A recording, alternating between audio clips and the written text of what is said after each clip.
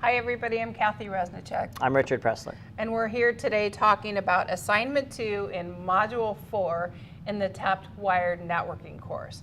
So Assignment 2 is AAA for wired networks.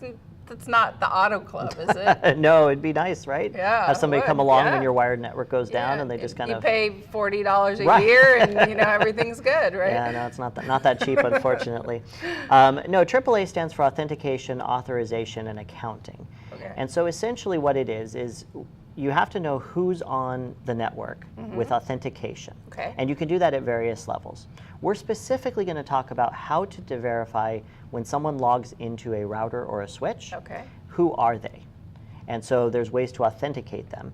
Authorization is what can someone do once they're logged in, right? That makes sense. So you could have different levels of network administrators within a school district. Perhaps you have like a junior network administrator, and they're allowed to do certain things on the equipment, but they're not allowed to do everything. Right. And then you have a senior network administrator, and he has privileged access to do, or she has privileged access to do anything that they want on that piece of equipment, right? Okay. So you have this situation where you need to authorize them, and then you also need to account, in other words, log what they did. Right. So what was done on that piece of equipment. So when she logged into that piece of switching gear, and she typed out, show IP address, whatever, and then she changed an address, well, obviously those changes could bring down the entire network. Right. And it's good to have a log of what was changed. Even if everything goes well, it's good to have a log of what was changed. It's even more important if someone breaks into your network and now the attacker is logging onto various pieces of equipment. Well, now if you have a log, you can see what they've done and where they've been. So all three are important. Would be very important. It's important to authenticate people, Yes. it's important to authorize them, and it's important to account for their actions.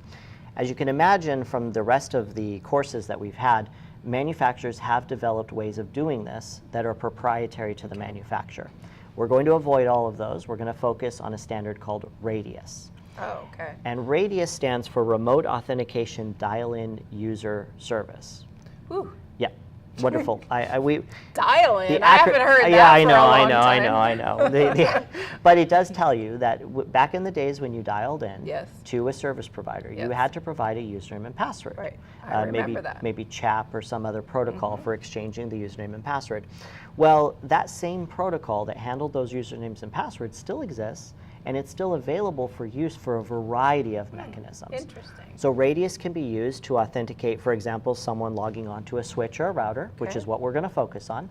It could also be used to authenticate somebody logging onto a wireless network. Okay. So when they log into the wireless network, they have to provide their username and password.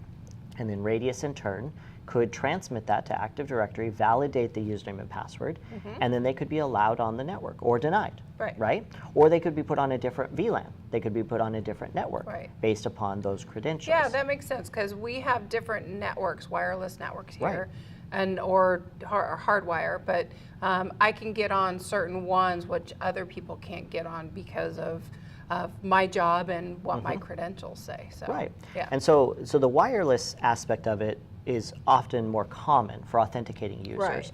You could also authenticate people to the port that they're on wired. So you could say that in order for this laptop to be connected to the switch, it has to send a username and password, and the switch will use RADIUS to validate that that's a valid username and password before it opens up the port. Understanding the protocol is important because once you understand how the foundation works, then you can start to apply it to all of these different use cases where you need to authenticate someone, or you need to authorize them, or you need to account for their actions. The use cases are plentiful, but the underlying protocol is what we're really going to dig into here with RADIUS. Great. That sounds actually very useful. It is. And it'll be nice to have this understanding in this course, and so you can apply it again in any of the other courses. Yeah, especially the wireless course, because there you're going to talk about authenticating people using maybe pre-shared keys, but there's a lot of problems with that. It's better to authenticate them individually, and this is a way to do that. Great. Thank you. You're welcome.